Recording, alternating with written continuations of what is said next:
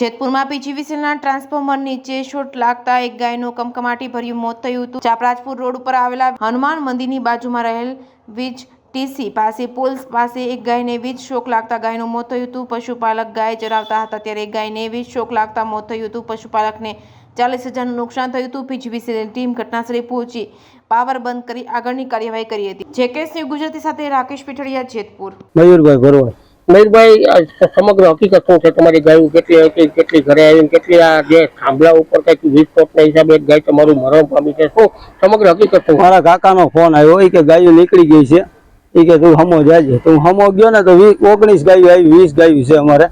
તો હું પાછો અહીંયા મંદિર પાસે આવ્યો ને સારણકાંઠા હનુમાન પાસે, તો એક ગાય શોટમાં આવેલી પડી હતી।